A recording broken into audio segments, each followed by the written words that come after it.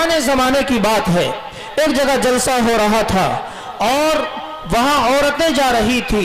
एक बूढ़ी अम्मा के पास आई और आकर के कहा कि अम्मा, फुला जगह जलसा हो रहा है, एक बहुत बड़े मौलाना, एक बहुत बड़े आलिम साहब तशरीफ ला रहे हैं, उनका बयान होगा, उनकी तकरीर होगी। अम्मा, क्या तुम उस जलसे में चलने के लिए तैयार हो?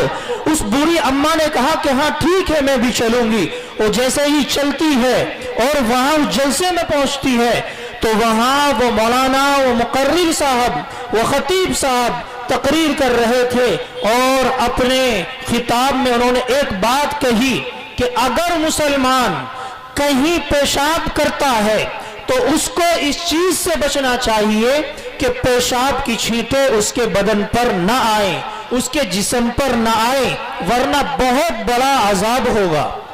अब उन्होंने ये बात बतलाई, पुराने जमाने की बात थी, तो एक बात मिसाल ये भी दे दी कि अगर कहीं सख्त जमीन है तो वहां पर रेत हो, रेत को फैला लिया जाए और इस तरह पेशाब की छींटों से बचा जा सकता है। अब इस बूढ़ी अम्मा की समझ में और अकल में ये बात आ गई कि पेशाब की छींटों से बचने का ये बहुत अच्छा तरीका है। अब उसने ये बात बिल्कुल पक्की और पुख्ता कर ली और उसके बाद जब गई, दूसरी बार जलसा हुआ, औरतों ने फिर कहा कि अम्मा वहां जलसा हो रहा है। बुजुर्गों और नौजवानों, पॉइंट की बात है, समझने की बात है, सुनने की बात है।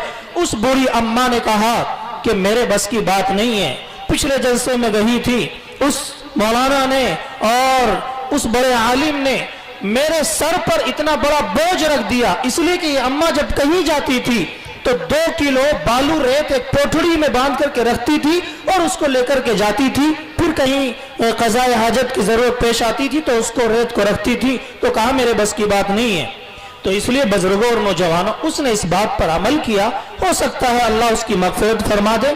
तो इसलिए आप हजरात को चाहिए यहाँ जो भी बात बताई जाए आप उस पर अमल करने की कोशिश करें।